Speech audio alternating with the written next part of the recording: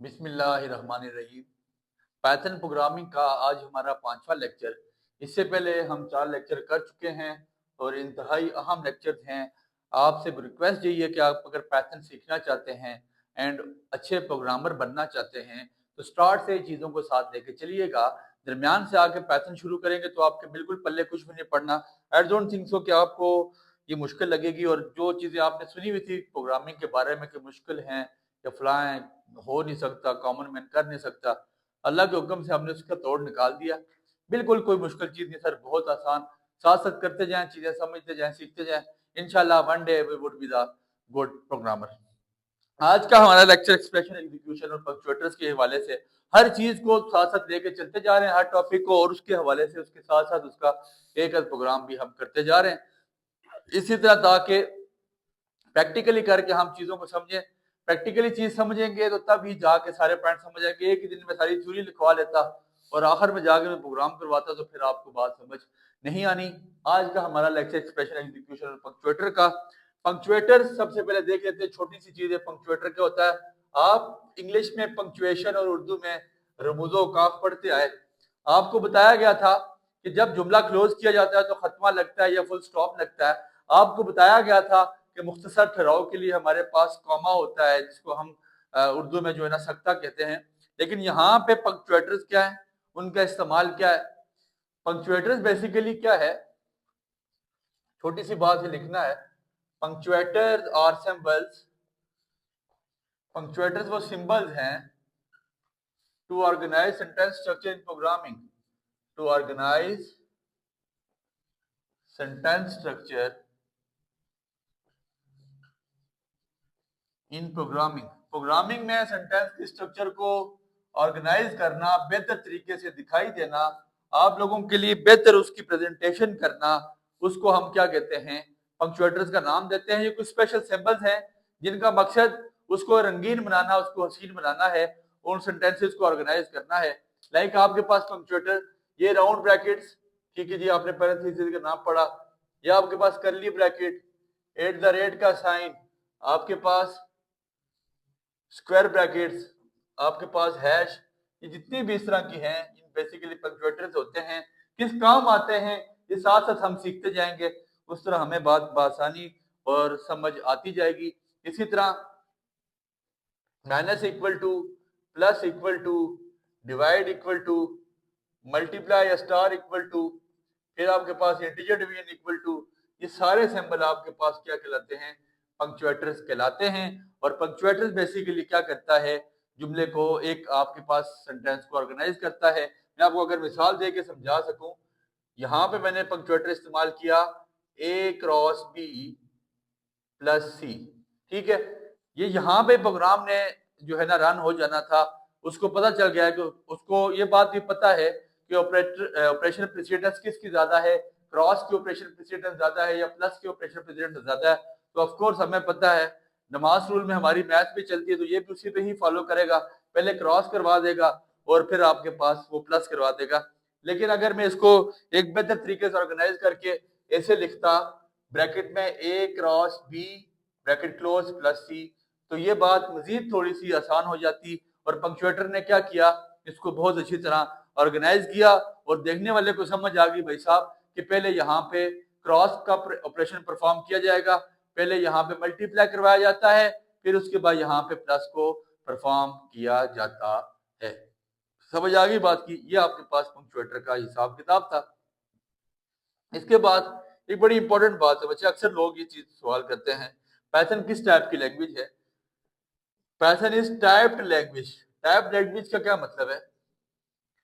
देखिए, दो तरह की आपके पास जुबानें हैं। एक है इम्प्लिसिट, इम्प्लिसिट, और दूसरी आपके पास एक्सप्लिसिट।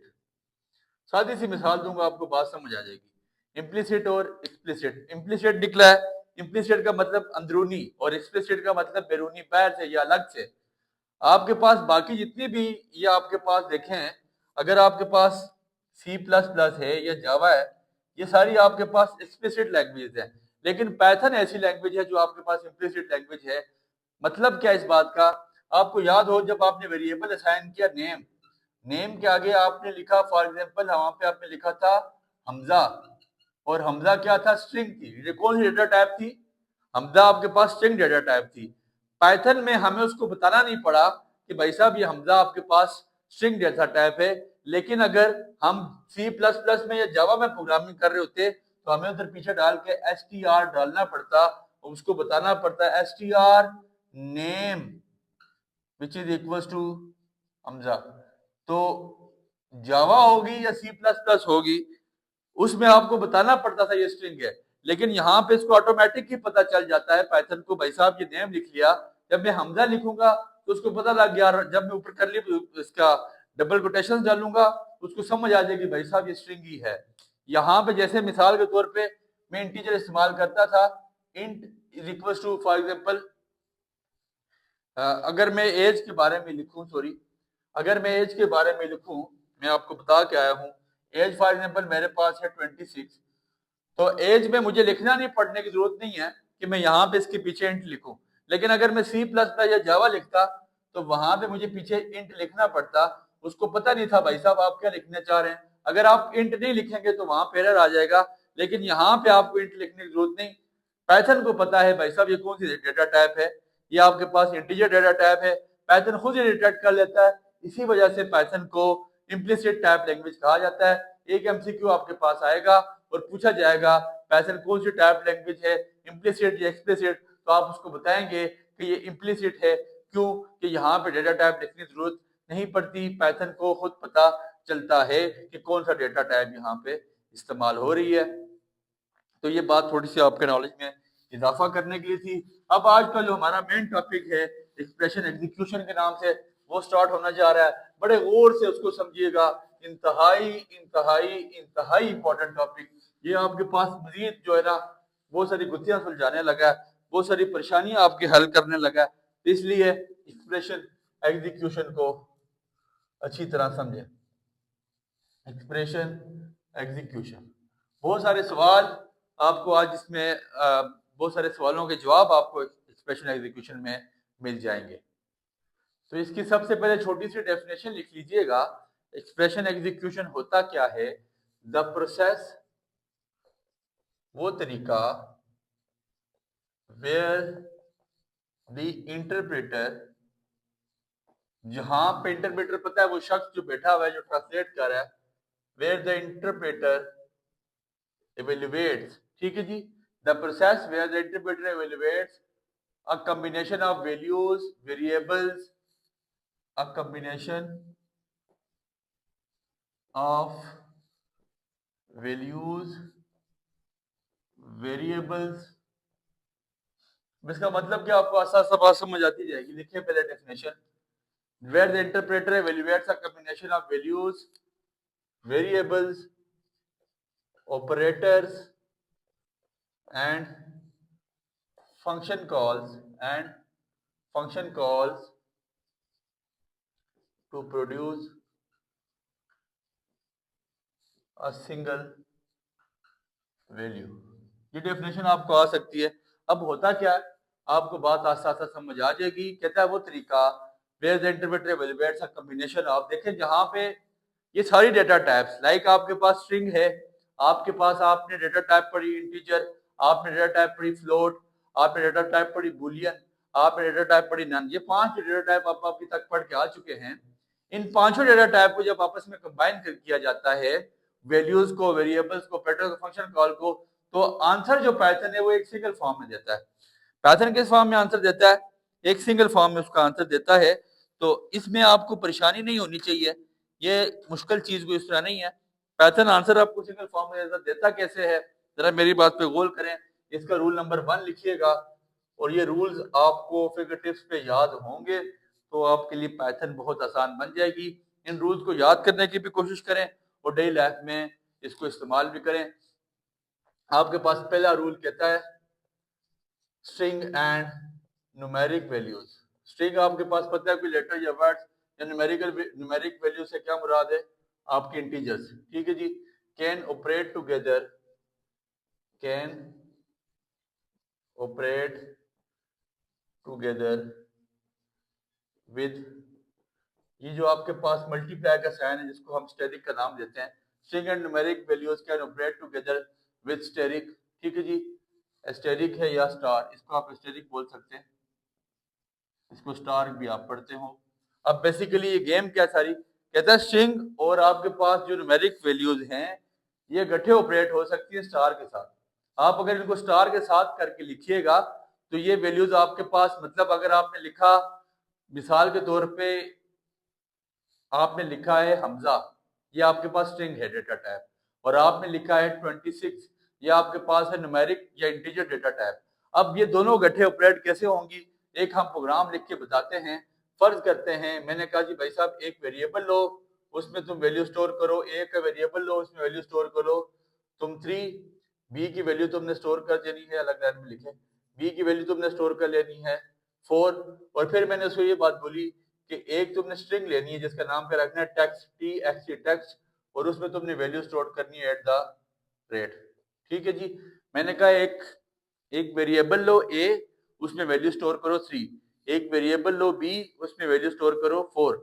वेरिएबल ए जो आपके पास है ये भी डेटा टाइप कौन सी, इंटीजर, बी भी डेटा टाइप कौन सी है, इंटीजर, लेकिन टेक्स्ट मेरे पास स्ट्रिंग है और इसमें डेटा मैंने कौन सा स्टोर कर दिया, data type string. String store की है तो आपको स्ट्रिंग की निशानी क्या, आपने डबल कोटेशन डालना है।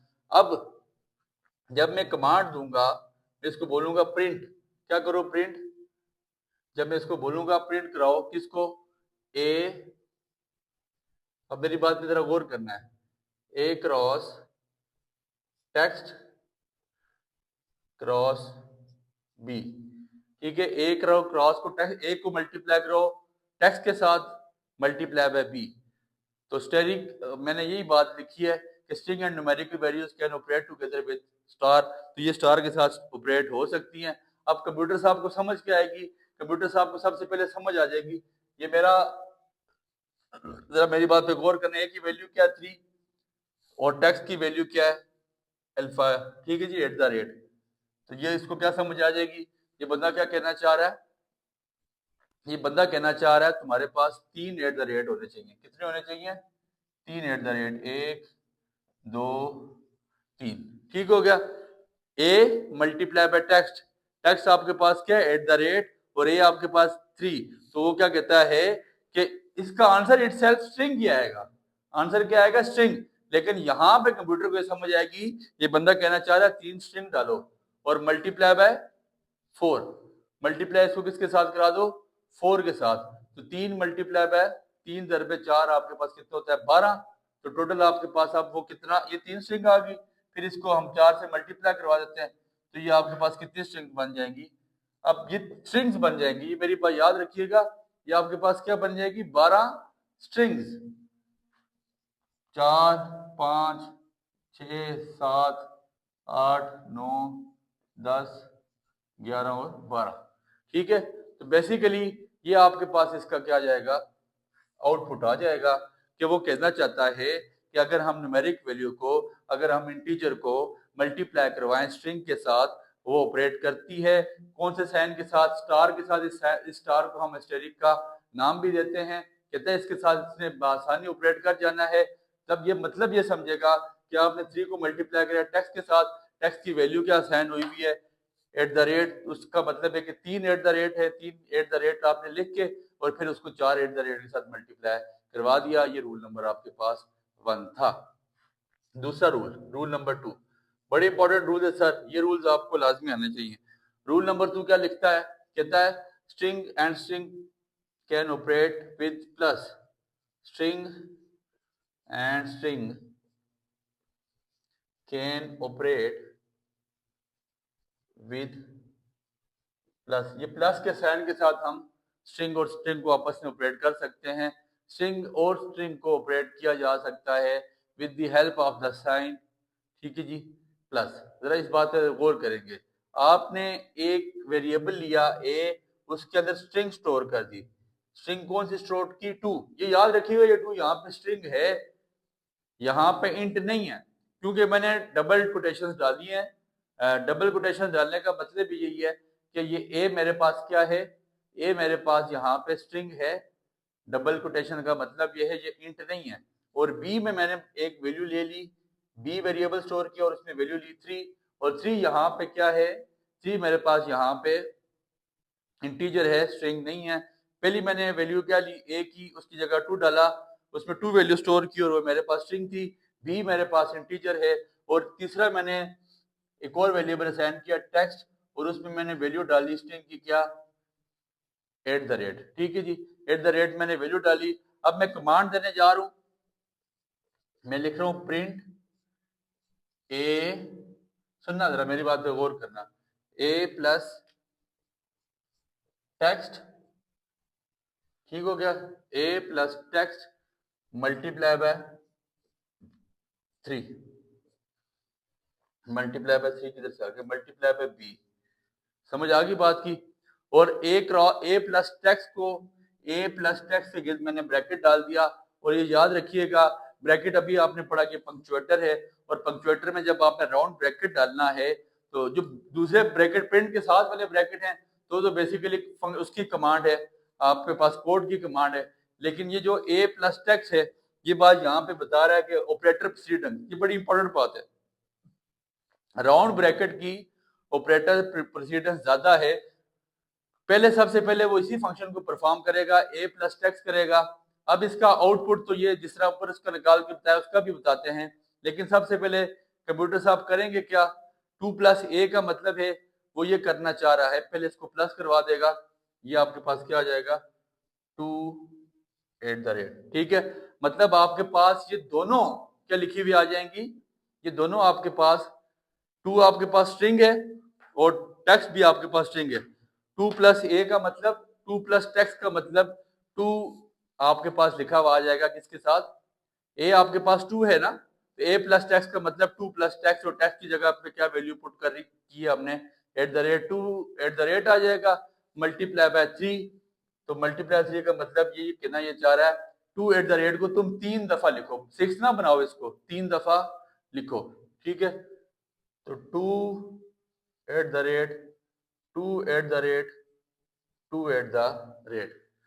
ठीक हो गया। इसको आपने क्या कर लेना है, 3 दफा लिख लेना है। यहां तक बात आपको समझ आ गई, ठीक है। ये 2 रूल्स हम यहां तक पढ़ चुके। पहला रूल क्या था, स्ट्रिंग और न्यूमेरिकल वैल्यू को इकट्ठे हम ऑपरेट कर सकते हैं स्टार के साथ। दूसरा रूल हमारे पास क्या है, स्ट्रिंग और स्ट्रिंग को ऑपरेट किया जा सकता है with the help of positive sign, plus के साइन के साथ हम उसको ऑपरेट कर सकते हैं। इसका स्क्रीनशॉट ले लें ताकि आगे चीज चला जाए। यहाँ तक आप स्क्रीनशॉट लें ताकि इसका रूल नंबर 3 लिखें। इंतहाई अहम चीज़ें हैं, बहुत ज़्यादा इंपॉर्टेंट, कोई इतनी डिफिकल्ट नहीं है, आपको इसको आसानी से मुझे यकीन है कि समझ आ रही होंगी। ये रूल्स हमारे पास आगे जाके काम आने, एक्सप्रेशन एग्जीक्यूशन के ये रूल्स इंतहाई अहम हैं। जैसे जैसे हम आगे चलते जाएंगे ये बातें हमारे माइंड में चलनी चाहिए, तभी हम जाके अच्छे प्रोग्रामर बन सकते हैं। इसका हमारे पास तीसरा रूल है, रूल नंबर 3, बहुत इंपॉर्टेंट रूल, रूल 3। वो कहता है numeric values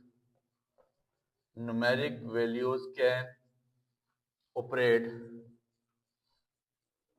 with all arithmetic operators.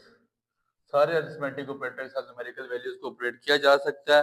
कौन कौन से अरिथमेटिक ऑपरेटर हैं, plus, minus, multiply, divide, integer, division, ये सारी चीजें आपके पास न्यूमेरिक वैल्यूज हैं और इनको हम ऑपरेट कर सकते हैं with the help of all arithmetic operators. मिसाल के तौर पे मेरे पास एक वेरिएबल ए है, उसमें मैंने इंटीजर स्टोर किया 2, बी मेरे पास वेरिएबल है उसमें मैंने इंटीजर स्टोर कर दिया 3, सी मेरे पास वेरिएबल है उसमें मैंने इंटीजर स्टोर कर दिया 4। और अब मैंने इसको कमांड दे दी, मैंने कहा प्रिंट कराओ किसको, ए प्लस बी क्रॉस सी, ठीक हो गया। तो अब ये याद रखिएगा, आपने बचपन से यही बातें पढ़ी हैं और कंप्यूटर भी इसी चीज का मानता है, वो भी डमास का मानने वाला है, पहले डिवीजन के बाद मल्टीप्लिकेशन होती है। तो यहाँ पे आंसर आपके पास क्या आएगा, तो मैं ये वैसे आपको रफ वर्क में करके बताऊं, ए 2 प्लस 3 मल्टीप्लाई बाय 4, तो पहले वो मल्टीप्लाई कराएगा, 3 4 12 प्लस 2 आपके पास कितना जाएगा 14। ये आपने करना नहीं है तो प्रोग्रामिंग ये कंप्यूटर खुद ही करेगा, आपका जो आउटपुट आ जाएगा वो कितना आ जाएगा 14। तो ये कहने का मतलब ये है कि न्यूमेरिक वैल्यूज कैन ऑपरेट और अरिथमेटिक ऑपरेशन, इसमें प्लस करें, मल्टीप्लाई करें, माइनस करें, डिवाइड करें, इंटीजर डिवीजन करें, मॉड्यूलो मॉड्यूलो करें, जो भी आप डिवीजन करना है, जो भी आप फंक्शन परफॉर्म, जो भी आप ऑपरेटर यहाँ पे लगाना चाहते हैं, न्यूमेरिकल वैल्यू आपको इजाजत देगी, न्यूमेरिकल वैल्यू आपको बिल्कुल नहीं रोकेगी। ठीक है जी। Rule number 4, and the rule number 4 is arithmetic operation, arithmetic expression लिख लें, arithmetic expression with integer and float, ये बड़ी इंपॉर्टेंट बात, with integer and float. Integer का क्या मतलब है, जो सिंपल आपके पास डिजिट्स हैं या नंबर्स हैं, और फ्लोट जो पॉइंट्स वाले हैं, will result in float, will, इसका रिजल्ट क्या आएगा, रिजल्ट इन फ्लोट, हमेशा रिजल्ट आपके पास फ्लोट में आएगा। सर आप कहना क्या चाहते हैं, तो बच्चे मैं ये कहना चाहता हूँ, ए की वैल्यू फॉर एग्जांपल मैंने ए की वैल्यू असाइन कर दी 10, बी की वैल्यू मैंने असाइन कर दी 5.5, और एक मैंने अलग एक वेरिएबल लिया सी, तो उसमें मैंने फंक्शन परफॉर्म कराया ए मल्टीप्लाई बाय बी। ठीक हो गया, मैंने इसको कमांड दी, मैंने एक वेरिएबल लिया सी, और मैंने कहा भाई साहब करो क्या, ए को मल्टीप्लाई करवाओ बी के साथ। अब ये याद रखिएगा, ए मेरे पास इंटीजर, बी मेरे पास है फ्लोट, कहता है arithmetic operation with integer and float will result in float, तो इसका आंसर किस में आएगा, फ्लोट में। सर कहना क्या चाहते हैं बच्चे, मैं ये कहना चाहता हूँ जब मैं 10 को मल्टीप्लाई करूंगा 5.5 के साथ, तो मेरा आंसर हमेशा क्या आएगा, 55.5। ठीक हो गया, तो आंसर मेरा हमेशा किस में आएगा, क्या रिजल्ट आएगा, फ्लोट ही आएगा। कॉमन सेंस की बात है, अगर मैं 10 प्लस 5.5 करूंगा तो आंसर फिर भी 15.5, अगर मैं 10 माइनस 5.5 करूंगा तो आंसर फिर भी 4.5, अगर मैं 10 डिवाइड बाय 5.5 करूंगा तो फिर भी आंसर आपके पास 1 पॉइंट समथिंग आएगा। तो दैट मीन कि आंसर आपके पास किस में आएगा, फ्लोट में ही आएगा, पॉइंट में ही आएगा। तो ये कॉमन सा रूल है, परेशान होने वाली बात नहीं है, बट रूल काम का समझने सीखने वाला रूल है। रूल नंबर 3 भी हो गया, 4 भी हो गया। अब इसके आगे रूल नंबर 5 6 की तरफ चलते हैं। इंतहाई अहम चीजें, इंतहाई अहम रूल है, ये चीजें आपको लाजमी आनी चाहिए। रूल नंबर 5 इंपॉर्टेंट रूल कहता है, रिजल्ट ऑफ डिवीजन ऑपरेटर, जब आपने ऑपरेटर लगाया कौन सा, डिवीजन का, result of division operator with two integers, with, और आपके पास दोनों इंटीजर ही हो, अगर फ्लोट ना भी हो, ठीक है, इंटीजर मतलब 10 डिवाइड बाय 10 भी हो, 15 डिवाइड बाय 15 हो, 15 डिवाइड बाय 10 हो, 15 डिवाइड बाय 5 हो, कहता है result of division operator with two integers will be float. Answer उसका किस में आएगा, पॉइंट्स में आएगा, विल बी फ्लोट, और कंप्यूटर साहब आंसर उसका आपको हमेशा फ्लोट में देंगे। मिसाल के तौर पे अगर आपने ए में वैल्यू साइन कर दी 10, बी में आपने वैल्यू साइन कर दी 5, और आपने एक अलग वेरिएबल रखा, आपने सोचा भाई साहब ए डिवाइड बाय बी करवाओ, ए डिवाइड बाय बी कराओ, तो आपने इसको कमांड दे दी कि प्रिंट कर दो, किसको प्रिंट करो भाई साहब, सी को। जब उस भाई सी को प्रिंट करेंगे ना, तो 10 डिवाइड बाय 5, आपका माइंड बोर होगा, कंप्यूटर साहब आंसर दे देंगे 2, लेकिन कंप्यूटर साहब हमेशा आउटपुट दिया करेंगे किस फॉर्म में, फ्लोट की फॉर्म में, और आंसर आया करेगा 2.0, 2.2 नहीं आया करेगा। ठीक है, result of division operator with two integers will be float, answer आपके पास फ्लोट में ही आएगा, ये याद रखें। मिसाल के तौर पे एक और चीज देख लें, 100 डिवाइड बाय आप कर लें 50, तो आपके माइंड होगा आंसर क्या आ जाता है, ये 2 आएगा, लेकिन यहाँ भी आंसर 2 नहीं आएगा, आंसर यहाँ भी 2.0 आएगा। अगर आप 50 डिवाइड बाय कर लें, जो कंप्लीट डिवीजन हो जाती है 10, 50 डिवाइड बाय 10 करें, तो आपका माइंड कह रहा है कि आंसर क्या आना चाहिए 5, लेकिन आंसर 5 नहीं आएगा, इसका आंसर भी 2.0 आएगा, और इसका आंसर भी 5.0 आएगा। तो कहने का मकसद ये है कि आंसर आपके पास हमेशा इंट में आया करेगा, हमेशा फ्लोट में आया करेगा, इंट का आंसर भी फ्लोट में आएगा, इंट में नहीं आएगा। इसके बाद इसका 6वां रूल, जो इन सबसे ज्यादा इंपॉर्टेंट रूल है, जो आपको लाजमी किसी ना किसी जगह पे पूछा जाता है, रूल नंबर 6, वो क्या कहता है, integer division with float and int, integer division with float, float बस याद रखने पॉइंट वाली वैल्यू जो भी होती है, integer division with float and int, float and int will give int, answer int में आएगा, but displayed as a float. तो आपको नजर क्या आएगा कि आंसर भाई साहब आ रहा है फ्लोट में, सर आप कहना क्या चाह रहे हैं? तो बच्चे मैं कहना ये चाह रहा हूँ, ये बड़ी इंपॉर्टेंट बात है सर, ये बहुत इंपॉर्टेंट बात है। मैं ये कहना चाह रहा हूँ, फॉर एग्जाम्पल ए मैंने एक वेरिएबल लिया, उसमें वैल्यू असाइन कर दी 1.5, बी वेरिएबल लिया, उसमें वैल्यू असाइन कर दी सी, और मैंने उसको नया वेरिएबल लिया सी, और उसको मैंने कमांड दे दी, मैंने कहा जी कि तुमने क्या वैल्यू असाइन करनी है, A integer division of B. ये डबल डिवीजन का साइन है, इसको इंटीजर डिवीजन पढ़ना है। क्या पढ़ना है? Integer division. सिंपल डिवीजन नहीं, integer division with float and int. ठीक है जी, फ्लोट और इंट की इंटीजर डिवीजन क्या करेगी? Will give int displayed as a float. ठीक है जी, आपको आंसर वो इंट में देगी, लेकिन आपको डिस्प्ले फ्लोट होगा। किस तरह इंट में देगी? सर मेरी बात सुने, आप कमांड ये कह होगा 1.5 डिवाइड बाय 3 कराएं, 1.5 डिवाइड बाय 3 करवाएं, तो आंसर क्या आना चाहिए? आंसर गालबन आपके पास आना चाहिए 0.5। ऐसे ही है ना सर, आंसर क्या है? बड़ा काम का पैंट है, बड़े पत्ते का पैंट है, सुनिएगा, आंसर 0.5 आना चाहिए, लेकिन आपको ये आंसर पता क्या देगा? 0.0। आप परेशान ना हो, क्यों? हमेशा याद रखना, वो अपने से छोटी वैल्यू में आंसर देना है। अगर आपके पास, ये रूल समझ लें, अगर आपके पास हुआ 1.1 0.1 तो आंसर फिर भी 0, 0.2 हुआ आंसर फिर भी 0, 0.3 हुआ आंसर फिर भी, 0.4 हुआ, 0.5 हुआ, 0.6 हुआ, 0.7, 0.8, 0.9, इन सब का आंसर उसने राउंड ऑफ करके कहां पे देना है? 0.0 में। ठीक है, 0.0 में आंसर देगा, नियरेस्ट इंट में आंसर देगा, लेकिन आपको नजर वो फ्लोट में आया करेगा, पैंट में आंसर नजर आया करेगा। लेकिन अगर वो आंसर 1 हुआ तो वो फिर जाके 1.0 बोलेगा। क्या हुआ? 1 हुआ तो तब 1.0 होगा, 1 से बड़ी कोई वैल्यू हुई 1.1, वो भी 1.0 ही बनेगा। 1.2, 1.9 तक कोई वैल्यू हुई तो वो 1 ही बनेगा। जिस तरह हमारे पास मैथ्स का राउंड ऑफ का रूल है कि 5 हो या 5 से बड़ी वैल्यू हो तो वो हमारे पास नियरेस्ट उसमें चली जाती है, लेकिन यहाँ पे वो 1.9 तक 1 ही रहता है। जब वो 2 पे जाएगा तब वो 2 ही कंसिडर करेगा, लेकिन 1.9 तक अगर आपके आंसर आ रहा हुआ, जैसे ये आंसर आपके पास 0.5 है, मैं एक और भी आपको करवा के बता देता हूँ।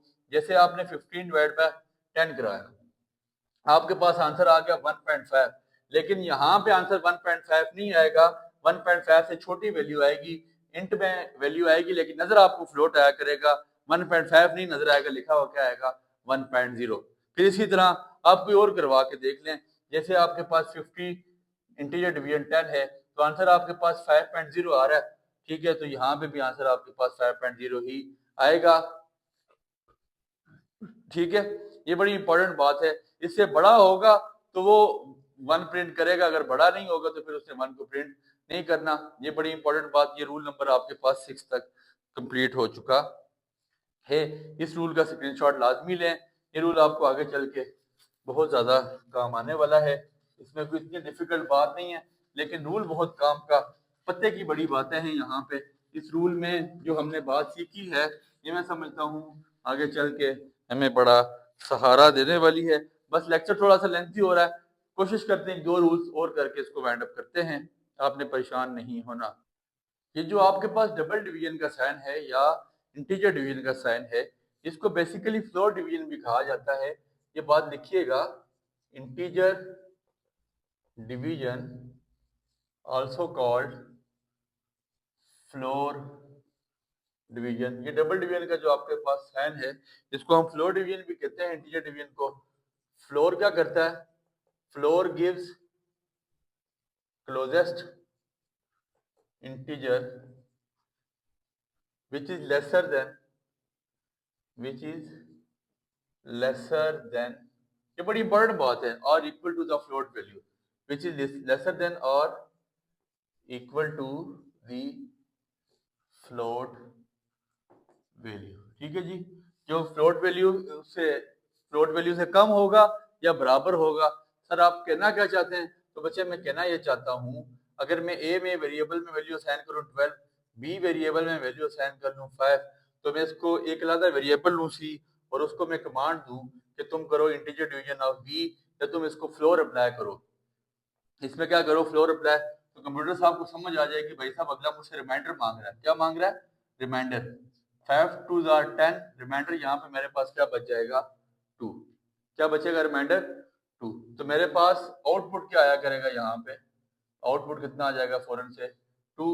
2 जो आया करेगा वो इंटीजर में नहीं आया करेगा, किस में आया करेगा, equal to the which is lesser than और equal to the float value, जो फ्लोट वैल्यू से कम है या इक्वल है। अगर मेरे पास यहाँ पे आंसर आता 2.1 तो मैं फिर भी 2 होता, 2.2 फिर भी 2, 2.3 फिर भी 2, 2.4 फिर भी 2, 2.9 तक कोई वैल्यू होती तो उसने 2 ही रहना था। लेकिन अगर 3.0 होता तो तब वो जाके 3 बनता। एक और बड़े पत्ते की बात, आपने वैल्यू असाइन कर दी वेरिएबल ए और बी, आपने दो वेरिएबल दिए, उनमें ए में वैल्यू इस तरह भी आप लिख सकते हैं, ए में वैल्यू असाइन करें 12, बी में वैल्यू असाइन कर दीजिए आपने 5, और एक सेपरेट अलग वेरिएबल या आपने कहा जी इंटीजर डिवीजन करो या फ्लोर अप्लाई करो, इसमें आपके पास कितना है फ्लोर अप्लाई करो, बल्कि आप ऐसा करें 12 की जगह -12 लगाएं। ए में हमने वैल्यू स्टोर की -12, बी में 5, ठीक है। तो -12/5 आपके पास जो आंसर आता है, ये बड़े पते की बात है सर, ठीक है। आपके पास यहाँ पे जो आंसर आना चाहिए, जो रिमाइंडर बचता है वो उससे छोटे में अपने में वो इसको असाइन करेगा। जब इसके छोटे में वो असाइन करेगा, दैट मीन्स के आपके पास जो आपका आंसर आएगा, लाइक आप डबल डिवीजन करा के 2.4 -2.4 है, तो ये -2.4 नहीं करेगा, वो 2 से छोटी वैल्यू में असाइन करेगा, और 2 से छोटी वैल्यू आपके पास क्या होगी -3। -3 2 से छोटा है, और अगर +2 हो तो उससे छोटी वैल्यू, मतलब अगर आपके पास 2.9 हो तो वो 2 में जाएगा, 2 में अपने से छोटी वैल्यू में जाएगा। इसी तरह माइनस का भी रूल है, -2.4 बड़ी वैल्यू है, -3 छोटी वैल्यू है। तो -2.1 हो, -2.2 हो, 3 4 5 6 9 तक जहां पे भी हो, वो कहां पे चला जाएगा -3 में, क्योंकि -3 छोटा है और -2.4 आपके पास बड़ी वैल्यूज हैं। यहां तक इसको कवर अप करें। बस आपके पास आखिरी एक दो रूल्स रह गए, कहानी खत्म हो रही है, एक्सप्रेशन एग्जीक्यूशन की बातें खत्म हो रही हैं, इसको अपने पास लिखें। और इम्पोर्टेंट बात, ये जो पॉइंट आ रहा है ये बड़ा इंपॉर्टेंट पॉइंट, बड़े पते का पॉइंट है, जो आपको आखिर तक साथ लेके चलना पड़ेगा। ये बड़ी इंपॉर्टेंट बात कहता है, रिमाइंडर इज नेगेटिव। रिमाइंडर सिर्फ उसी सूरत में नेगेटिव आएगा when denominator is negative, when denominator is negative. कहता है जब तक डिनोमिनेटर नेगेटिव नहीं होगा रिमाइंडर नेगेटिव नहीं आएगा। सर कहना क्या चाहते हैं, तो मैं कहना चाहता हूँ, अगर ये मेरे पास फॉर एग्जांपल नोमिनेटर और डिनोमिनेटर है, अगर मेरे पास नोमिनेटर प्लस हुआ, डिनोमिनेटर भी प्लस हुआ, तो आंसर मेरे पास डिवीजन का क्या आएगा प्लस। अगर मेरे पास डिनोमिनेटर माइनस, नोमिनेटर भी माइनस हुआ, डिनोमिनेटर भी माइनस आया, तो माइनस माइनस कैंसिल, फिर भी आंसर प्लस। ये बड़ी इंपॉर्टेंट बात समझने की, गौर करना है बच्चे। अगर मेरे पास नोमिनेटर क्या हुआ, अगर मेरे पास नोमिनेटर हुआ प्लस, सुनिएगा, अगर नोमिनेटर माइनस हुआ, डिनोमिनेटर प्लस हुआ, तो मेरे पास आंसर फिर भी क्या आएगा प्लस। लेकिन reminder is negative and denominator is negative. अगर मेरे पास नोमिनेटर प्लस हुआ, डिनोमिनेटर माइनस हुआ, तो इसी सूरत में यहाँ पे आंसर मेरे पास नेगेटिव आएगा। ये माइनस प्लस माइनस नहीं हुआ करेगा, आंसर प्लस आया करेगा। ये एक रूल है मैथ से हट के, मैथ कहती है कि अगर ऊपर आपके पास माइनस हो या नीचे माइनस हो, दोनों में से किसी एक जगह पर नोमिनेटर में या डिनोमिनेटर में से कहीं एक भी माइनस हो, तो जो आपके पास रिमाइंडर बचेगा उसके साथ माइनस ही आएगा। लेकिन ये थोड़ा सा उलट है, यहाँ पे सिर्फ माइनस तब आएगा, रिमाइंडर तब नेगेटिव होगा जब डिनोमिनेटर नेगेटिव होगा। अगर डिनोमिनेटर नेगेटिव नहीं है तो फिर आपके पास रिमाइंडर नेगेटिव नहीं आया करेगा। अब यहाँ पे मॉड्यूलो का एक साइन है जो हमें रिमाइंडर निकालने के लिए इस्तेमाल होता है। मॉड्यूलो इज ऑपरेटर, मॉड्यूलो लिखिएगा फिर इसके बारे में बताते हैं। Modulo is operator that calculates and return the reminder. That क्या करता है, कैलकुलेट्स एंड रिटर्न द, ये डायरेक्टली आपको रिमाइंडर निकाल के दे देता है। Modulo is operator that calculates and return the reminder after 1 number, एक नंबर के बाद, ठीक है। ये मॉड्यूलो साइन है आफ्टर 1 नंबर। मॉड्यूलो का साइन इस तरह का डिवीजन के ऊपर आपके पास ये इस तरह के नुक्ते पड़े होते हैं, ठीक है। ये मॉड्यूलो का साइन, तो जरा गौर करें, थोड़ी सी डिवीजन टेढ़ी है, जैसे डिवाइड हो रहा है। जैसे अब आपके पास 10 मॉड्यूलो 3 है, 10 मॉड्यूलो 3, तो आप करवा के देख लें 10 डिवाइडेड बाय 10 अंदर रखें, 3 को बाहर रखें, 3 3 9, तो रिमाइंडर आपके पास 1 बचता है। तो ये भी यही बात कह रहा है, रिमाइंडर आपके पास क्या बचेगा, 1। जरा मेरी बात पे गौर करें, अगर दोनों प्लस हो, अगर आपके पास नॉमिनेटर की ऊपर वाली वैल्यू क्या हो माइनस और डिनोमिनेटर आपके पास हो प्लस, -10 डिवाइड बाय 3, तो उसने ये बात बोली ऊपर नॉमिनेटर माइनस हो डिनोमिनेटर प्लस हो, तब भी आंसर आपके पास +1 ही आया करेगा, ठीक है। लेकिन अगर आपके पास नॉमिनेटर में 10 है, डिनोमिनेटर में आपके पास -3 है, मॉड्यूलो का साइन लगाया जो आपको रिमाइंडर निकाल के देता है, 10 मॉड्यूलो 3 किया, तब आंसर मेरे पास +1 नहीं आएगा, तब रिमाइंडर मेरे पास क्या बचा करेगा, -1। ठीक हो गया। तो ये बात यही बता रही है कि अगर आपके पास कभी डिनोमिनेटर में माइनस आ जाए तो आपके पास रिमाइंडर हमेशा माइनस होगा। नॉमिनेटर में माइनस हो तो कोई जुर्म नहीं है, कोई परेशानी वाली बात नहीं है। थोड़ा सा लेक्चर लेंथी हुआ, लेकिन ये काम की चीजें थी, ये रूल्स थे, मैं समझता हूँ जो हमें पता होने चाहिए। उम्मीद है बातें आपको समझ आ चुकी हैं। मेरे अल्लाह ने चाहे इंशाल्लाह we will be the good programmer one day, इंशाल्लाह दुआ में याद रखें।